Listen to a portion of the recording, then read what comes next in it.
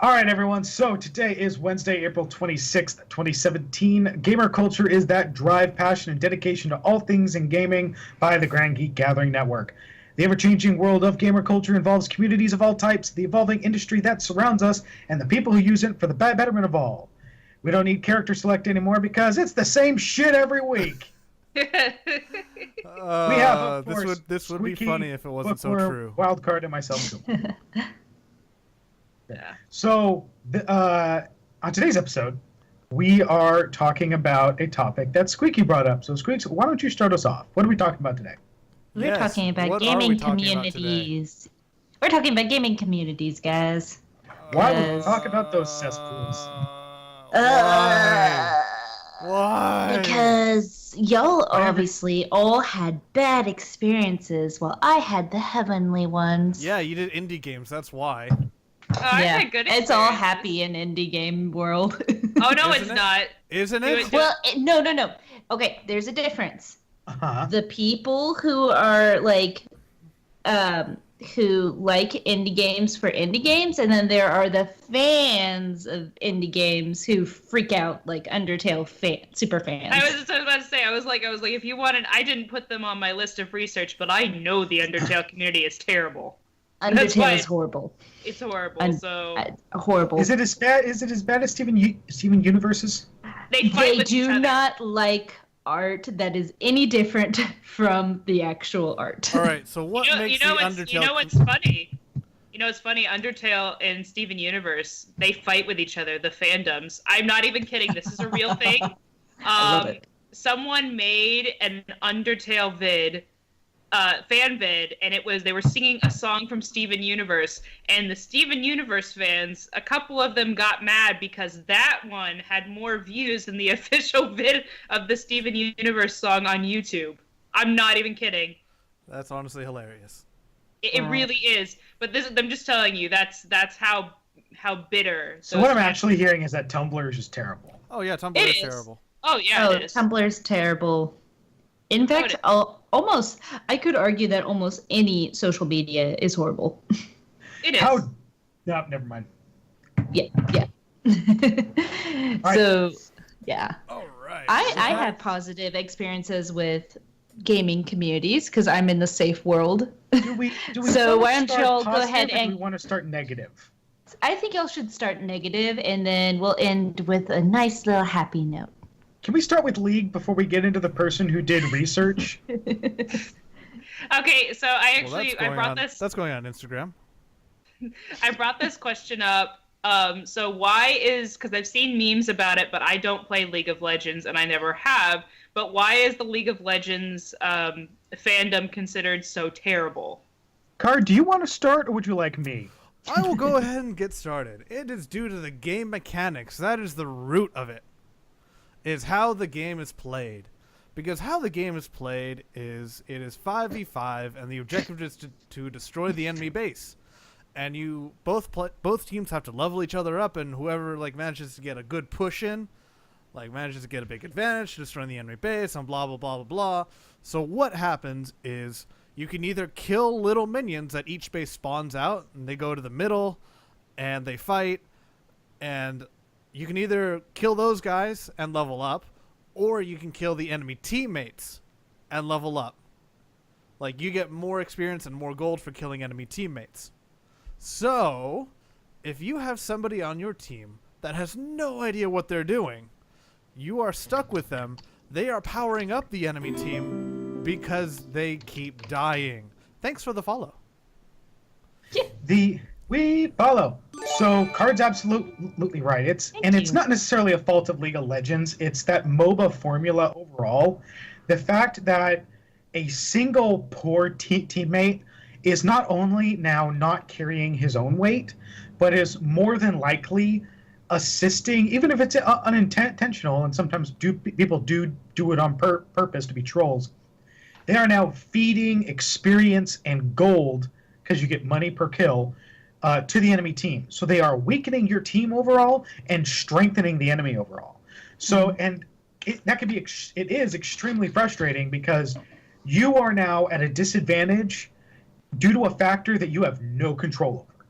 The most you can do, even if you're nice to that person, the most you can do is ask them to do something or ask them not to do something, and it's completely up to them. And if they're a prideful little shit, they're going to ignore you, probably talk some shit, and keep doing what they're doing. A huge example is what we said, the whole aforementioned feeding, where you just constantly die over and over and over. In League of Legends, it is very popular, or it's pretty much the tactic to send a single tanky fighter type character into the top lane. You send him up there to kind of or you Dota 2 keep players, things you send a solo into the long lane. There you go. Similar with Smite, you'd send a mage down mid lane. And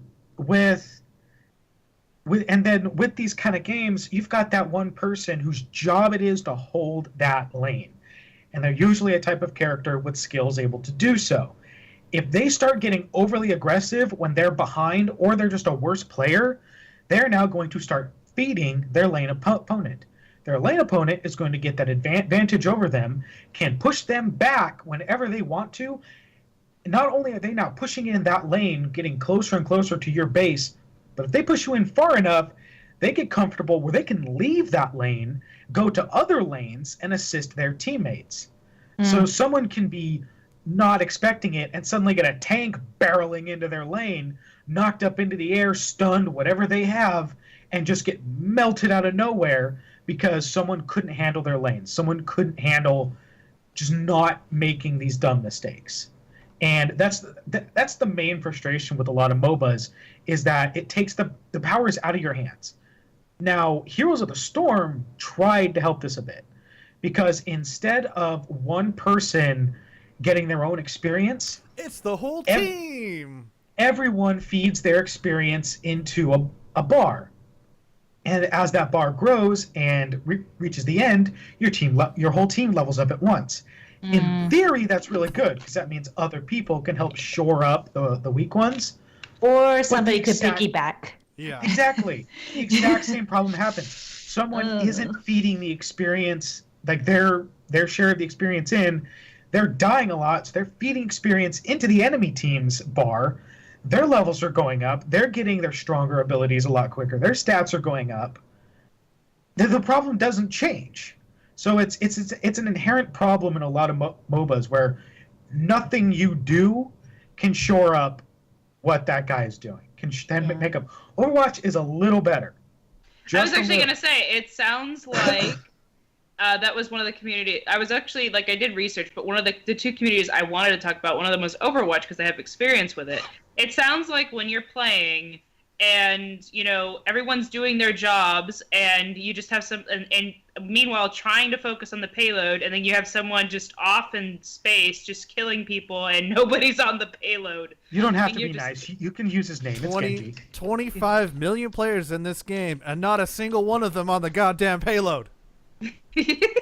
or you have someone playing healer class and they're just, it is frustrating whenever, I've seen it a lot in the Uprising event, because, you only have one healer in that event. Yeah. If you play story mode, they have another mode where you can play whoever you want. But if you're playing story mode, you got one healer, and it's Mercy. And I've played Mercy, and it's a pain in the ass. But then I've also played when I'm not Mercy, and someone is literally just healing Reinhardt, and it's like, hey, I'm over here building turrets as Torbjorn. Please heal me. To be fair, you also have to heal Reinhardt a lot longer than everyone else. Yeah. Because she doesn't heal by a percent. She heals by a set amount. So 150 health is going to heal a Tracer instantly. 150 health is going to heal a Reinhardt in a minute. Oh, I know. But it's kind of just I can tell when they're doing that and when they're just on the Reinhardt because they're not sure what they're doing. Mm-hmm. And it is visible. Well, with Overwatch, and we brought it up with a payload joke, that you have these people who they get so concerned about their own KDA, which is dumb, because it's not like you can even check your KDA. Well, you can, but it has no effect on the game. No. Overwatch is a game about the point, about the payload. You need to be either on a payload or defending a point or trying to cap a point. That's what Overwatch is. There are some characters, and I will admit, because I play a lot of the mystery heroes, it can be fun if you're doing well to play a Genji whose role isn't to stay on the point, it's to run around and harass the team. It can be fun to play a Widowmaker or a Hanzo whose job is, again, not necessarily be on the point, but to be around kind of harassing people.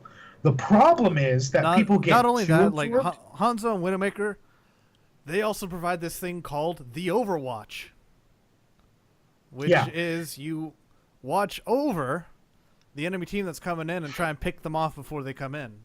Yeah, with Widowmaker's ult and with Hanzo's like Eye of the Dragon ability or whatever it's called, they provide reconnaissance. They're able to let people see where the enemy teams are. That is their role. That's what a Hanzo or Widowmaker should be doing. And if the point is getting assaulted and there aren't people far away that you can snipe, I'm sorry, Widowmaker has a machine gun for a reason. Get off your point, jump down there, and start putting bullets into somebody. Because I've watched games, I've played games where all we need is someone on the point to hold it a little longer so the team can get there and hold it. And there's like a Widowmaker or a Hanzo standing way in the back just sniping. Yeah. I'm going to stay back here and get kills. No one gives a shit how many eliminations you get. We're trying to win. Mm-hmm. Another problem here too is we keep talking about, the mechanics of how you win and people ignoring them, or mechanics being a reason why whole teams can fall short. The other big problem is just how easy it is to be an ass on the internet. Oh yeah, and I'm a one of the things I know with Overwatch is I like to play support. It's just something I'm pretty decent at. Same. And my thing about it is that for the most part people have been really nice, but I also don't play with my mic on. And but one of the things that kind of annoys me is I'll be healing someone and they'll keep spamming I need healing, and I'm like, I can only heal so fast. What do you want me to do? Yeah. It's great when you're playing Ana and there's a Genji just jumping around. I need healing. Stop jumping. I'm trying. It's like my heal is a sniper shot. Means it's a very small. I mean, you can use the grenade, but that's kind of like an AoE shit button in my opinion. Yeah. That's what you do whenever there's like 6 people on the point and they all need healing. So you just throw it at them and hope for the best. But my favorite is it was a Hanzo main meme, and it was a guy who was playing Hanzo complaining, saying, "Hey, we need a healer," and someone was like, "Hey Hanzo, if we need a healer, you can change to a healer," and then they logged out. So, but it is that, and then the also thing is people. We talked about people leaving asses on the internet. So I don't play Mike a lot because I'm really lazy. But I have seen, just perusing the internet, that it's kind of a thing. When one thing that annoys me is when kids are on the mic because they never shut up, and also because they're always full of stupid jokes, and also when you have people who harass particularly females on the mic. Yeah. It's and weird those with things those happen. kids because apparently every single one of them has fucked my mom for some reason. Apparently my mom's a whore and a pet pedophile. Yeah. Who knew? Yeah. Those are the two things they don't understand. Those are the kids. Those are the two things I've encountered probably the most that I genuinely get annoyed at more than anything else people do in Overwatch. It's guys being dicks when they figure out I'm a girl on mic, and it is little kids just in general, because there's like 12. There have to be like 12, and they're screaming. They're screaming like cuss words, and I'm like, your mom lets you speak like that? Really? They're like 8 or 6 even sometimes. It's ridiculous. It's like, what are you doing playing an online game with the mic open? I told this one guy was talking shit on another dude because he had an accent. Turned out the kid was Asian, but the dude was like calling him like names for being Mexican. I was like, whoa, dude, like I'm a quarter Mexican. Let's pull that back a bit. And he just spent the rest of the match like just hurling racist slurs about how he was surprised that we freaking Mexicans could afford the game, and he's gonna be really happy once they force us over the wall. Spoiler alert: there's not gonna be a wall. But I knew that. That's not a spoiler to me. Other Spoiler, spoiler alert, if you're a legal citizen who happens to be a Mexican immigrant, they can't force you over shit. Yeah. Sorry, dude. Like, my great grandparents were legal citizens, so I'm not going anywhere. Yeah. But anyway, yeah, it's too easy. And you get that everywhere. You get it in World of Warcraft general chat. That's just trolls. Like the trade chat, it's trolls for attention. They're not really directed at anyone. True, it's true, but. And the thing about it is that, yeah, some of it is just a little trash talking, and that's fine. I mean, but there's definitely a line when you go over trash talking and you're just being either really annoying or insulting. And it gets crossed way too much a lot of the time, especially in MOBAs, it seems like. Oh, yeah. League of Legends, it's ridiculous. It's just, or any MOBA for that matter. I just say League because I personally have the most experience with League. It's ridiculous because people just cross that line all the time and just like when somebody's doing bad, they know they're doing bad. And yelling at them, calling them names, trying to hurt them directly is only going to hurt your team in the long run. It's not really going to do anything. Yeah. What's up? I mean, I'm all for a little trash talking. Like, that's fine. You know, it's what people do. Like especially when you're heated. If you're going to trash talk someone, trash talk the other team. Yeah. Yeah. And see, and even if you want to like rib on your own party members, I'm all for that too. But then people are like, I'm going to drive to your house and rape you. And I'm like, that's not trash talking. That's not even funny. It's like now we're getting into threats. Like, yeah. So, it's like, I really hope you don't enjoy playing this game because I can get you banned for that. Yeah, like, and I think that's in any community though. Any community that has an internet connection and the ability to mic. Yep. Unfortunately, that's not. And again, that it's that anonymity. You know, everyone's like, well, you don't know who I am. We're never going to meet, so I can say whatever I want because chances are we're also probably never going to play again. You know, millions of people play Overwatch. How often do you repeat play with people? Probably not often. No. Agreed. So yeah. Although Card has my favorite story with one of his college club mates. The guy that you couldn't add. Oh, yeah. And, this was back when I was in the League of Legends club at school, which me and my roommate were the only two white guys there. And trying to add people on my friends list, and I couldn't add one guy because he was already on my ignore list.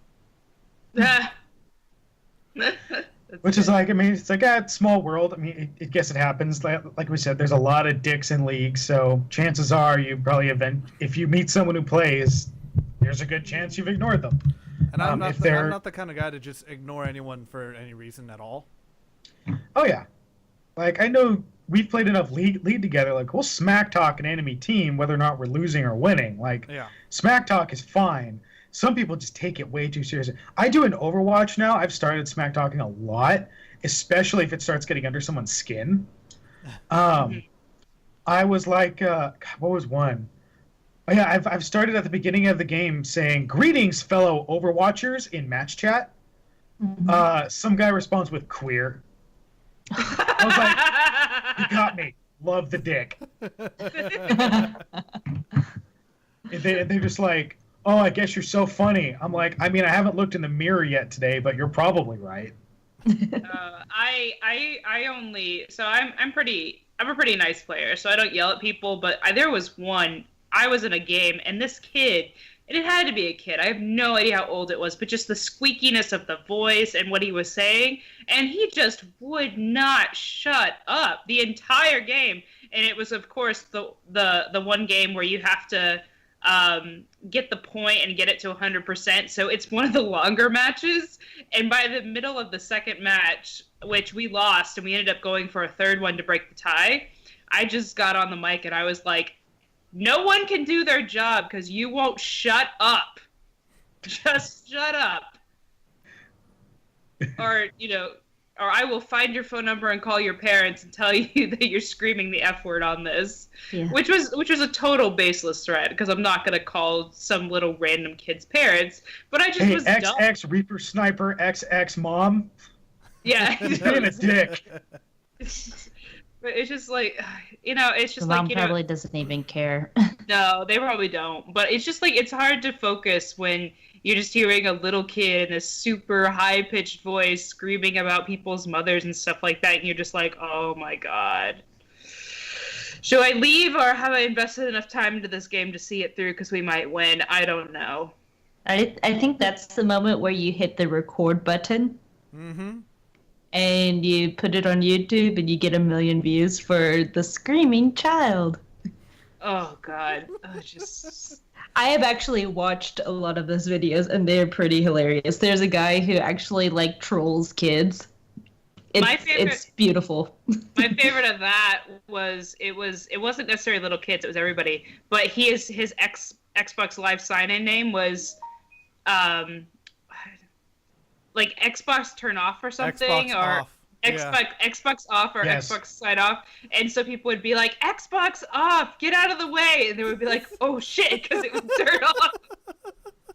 I love it. I love it. It would do that on Rooster Teeth does that, or did that a lot. They'd be like having conversation going on. Xbox off. Yes.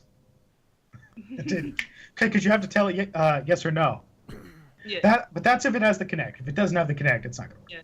Well, and see, that's the good part of the community, when you have people who just do innocent trolling, which, yes, Yeah. it's annoying, but it's funny. And thankfully, I've met a lot of people who just do that, or people who are just really nice. I have to say, Overwatch was one of the first, like, MOBA-type games I would play, and I met a bunch of nice people. People who would actually like help people learn to use characters, or they would be like, oh look, that team has this and this, and because they would see like there was like a level 1 in quick play, so it's obviously someone learning the game, and they would be like, the other team has this person, we need this type of character to counter that. And I've seen that a lot, which is very nice. So there's been a lot of good examples of community, but when these games get super popular, there's just bad community all over the place, unfortunately. I will admit, the one game that actually had a good community, this will seem out of left field, but it was The Division. Like, Really? Yeah, I remember The I Division. thought people trolled the shit out of like that They dark did. zone area. They But did. trolling isn't all bad.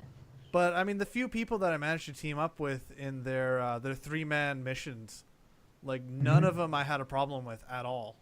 So that might just been my personal thing, but a lot of them were really cool people. Okay.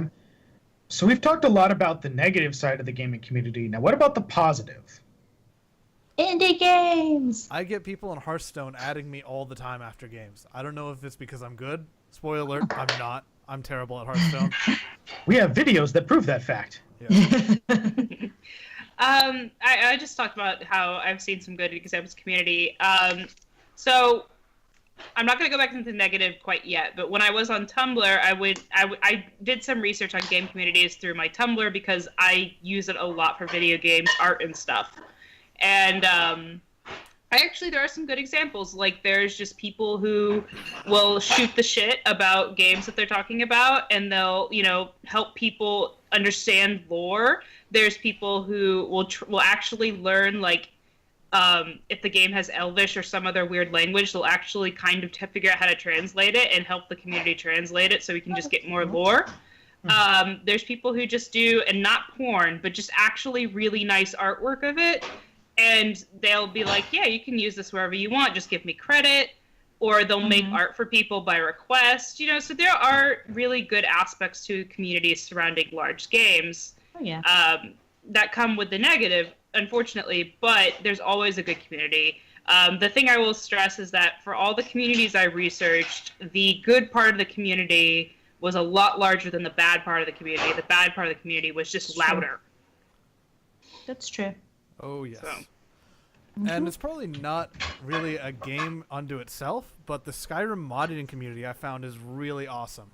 Mm-hmm. Like, it's just full of really helpful and awesome people. I mean, I'm coming to it, like 5, 6, 7 years late, and there's still new mods coming out. There's still helpful people around.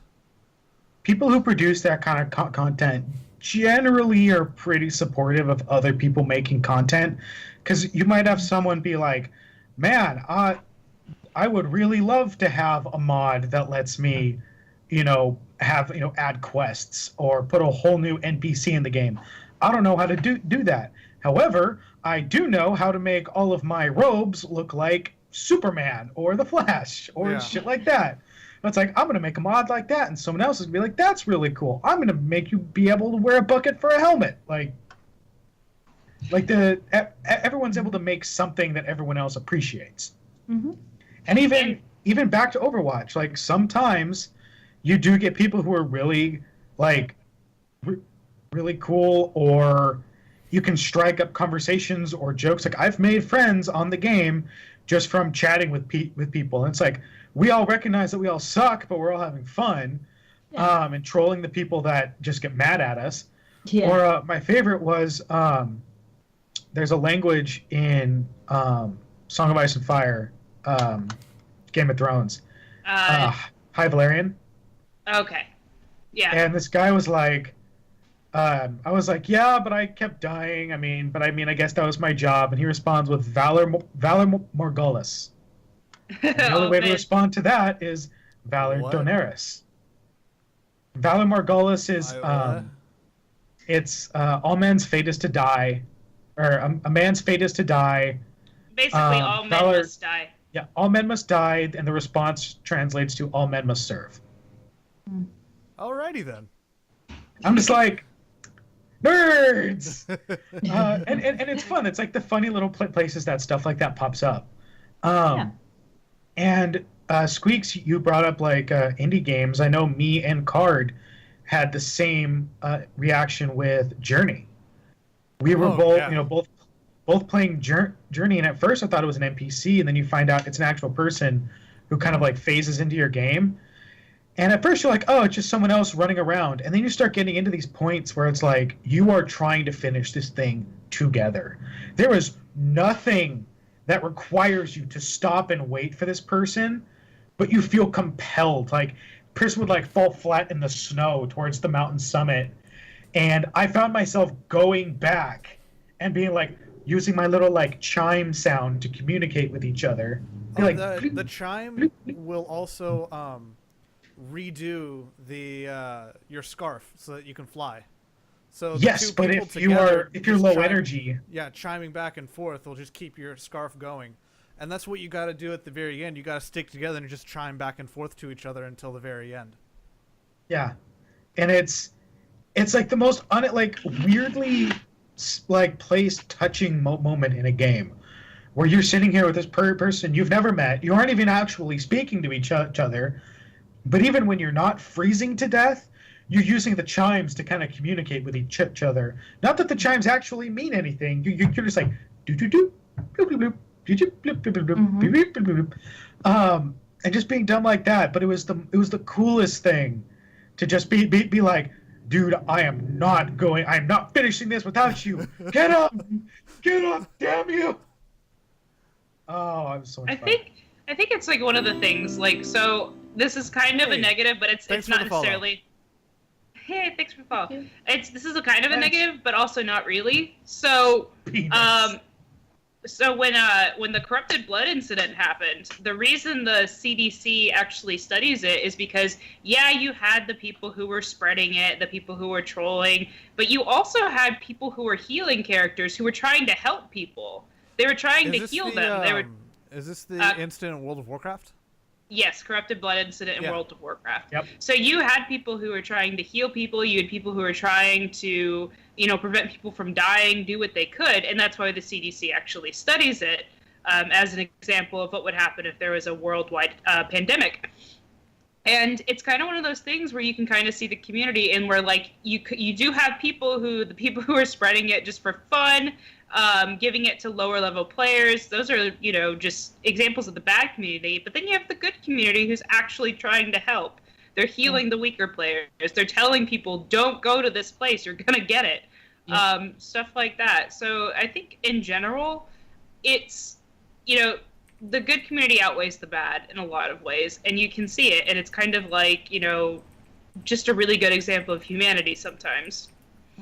There was and dear God, let me find the video. I was going to do an article about stuff like this, like kind of observing gaming communities as kind of like a microcosm for behavior.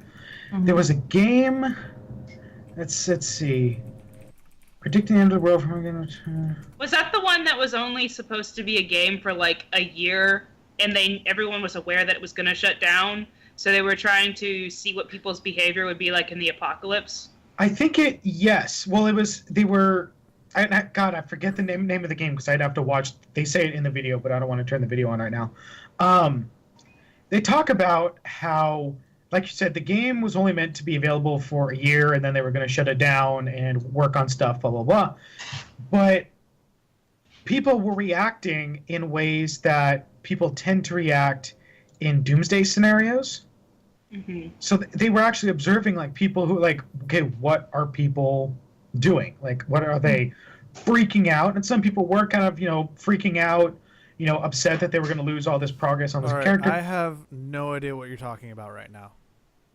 There was a game, and like I said, and maybe I'll put it in I'll find it and I'll put it in a link when we put the VOD up on YouTube. This actually does exist. I know what he's talking about because some people have used it to study behavior. But this game, they came out with it as like the beta or the demo, and then people knew at the end of that demo they were going to shut it down, take all the information, and then continue working on the game. At the end of the year, people were really upset because they'd spent a year with this game. Think about how much progress you could make in WoW in a year. Okay. And so people were really upset. And they were observing, well, what are people doing in this scenario, knowing that all of this is just going to shut down. People aren't going to have access to the game anymore until an undetermined amount of time. And they were observing there was actually a lot of people who were just generally trying to spend time with their friends, with the people they cared about. This community was just coming together and just enjoying each other. And kind of its quote, it's melodramatic, but in its last moments, they were spending time with their loved ones. There were some people who were freaking out and whatnot, but it was really cool to see this community just being like, you know what, let's just enjoy being around each other for this last day. It was kind of like an Armageddon situation that they were able to observe. And the funny thing is that's not the first time that's happened. There have been several games that, because they just became unpopular and the companies didn't want to support them anymore, where their servers have shut down indefinitely, forever. And it's kind of the same thing. Once people get news that the game is going to shut down, people, they don't do quests anymore, but they spend time with their friends and usually have some kind of end of the world party, so to say. And I've seen at least 2 videos of these events, and it's just a really cool thing. I think Soul found it for us. So there's a link in chat now. It's on inverse.com. It's the Doomsday Scenario Human Reaction Computer Science article. Article's called Doomsday Game Reveals Surprising Way We'll React to the Apocalypse. So the game was called Archage. But yeah, it was a really cool way to see how people are reacting to stuff like this. And Squeaks, you brought up that you're the one that has a lot of the positive experiences with the communities. Why don't you go on with that? Tell us about the good in life, because all we know is pain. Well, I mostly so the 2 main games that I play that has any kind of chat related things are Payday 2 and Dead by Daylight. And I've never had a situation where somebody was bad mouthing another person. There might be a swear word here or there, but usually not. Typically, we're trying to help each other and trying to figure out the game and how to play it. In fact, we're even really kind of into the game because we're trying to figure out the lore and everything, as you have discussed about Dead by Daylight, trying to figure out all the stuff behind it. So it's just a really cool, you mess up, but people aren't angry that you mess up. If they do get angry, they just leave. And so it's a more safe environment, I feel, than other games.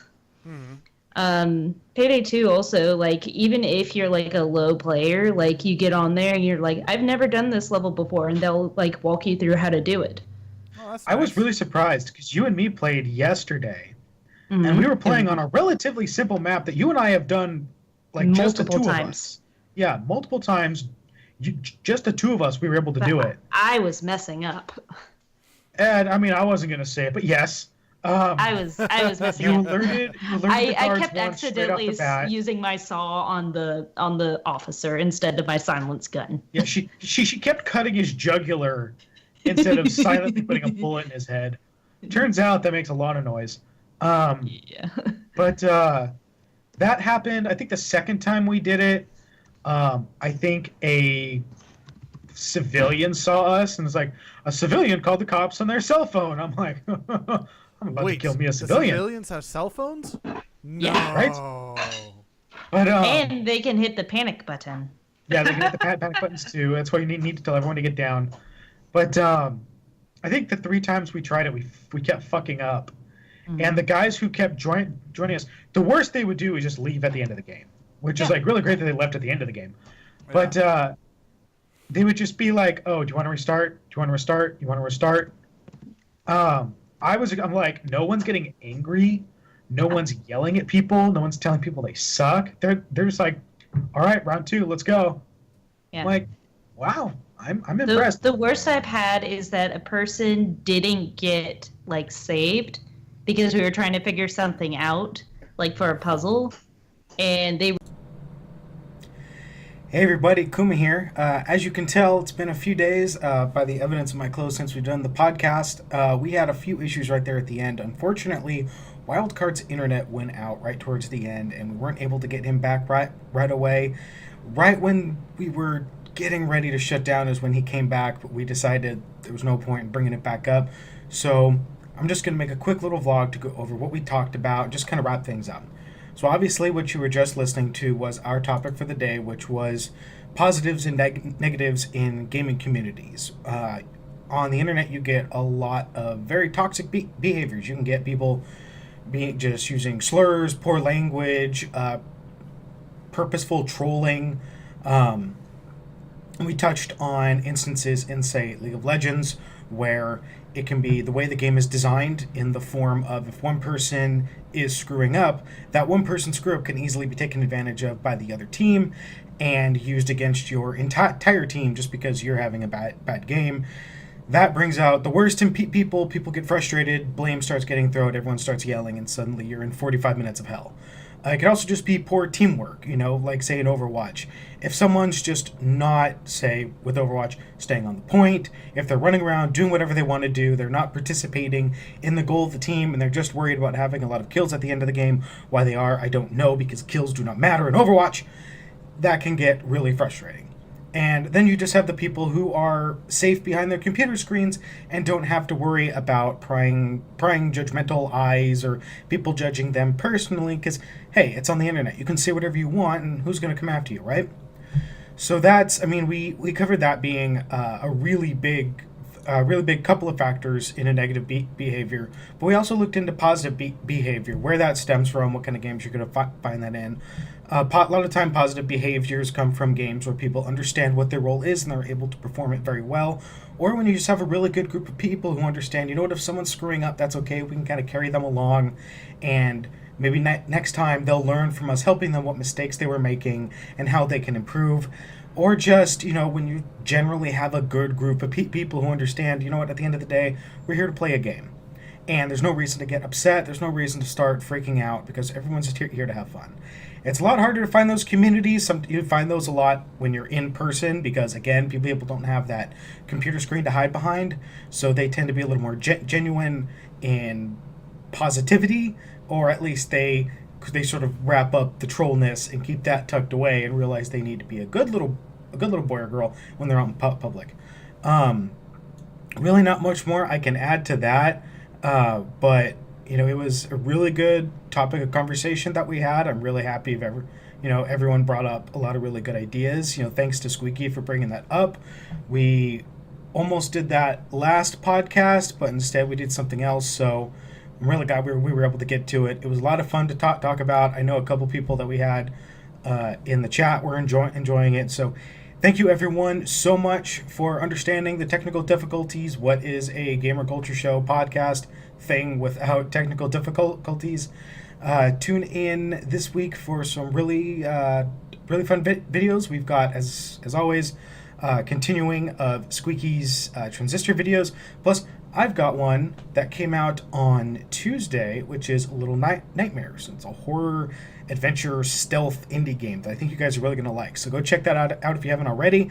Check out everything else on the website. And until next time, gamers, stay cultured.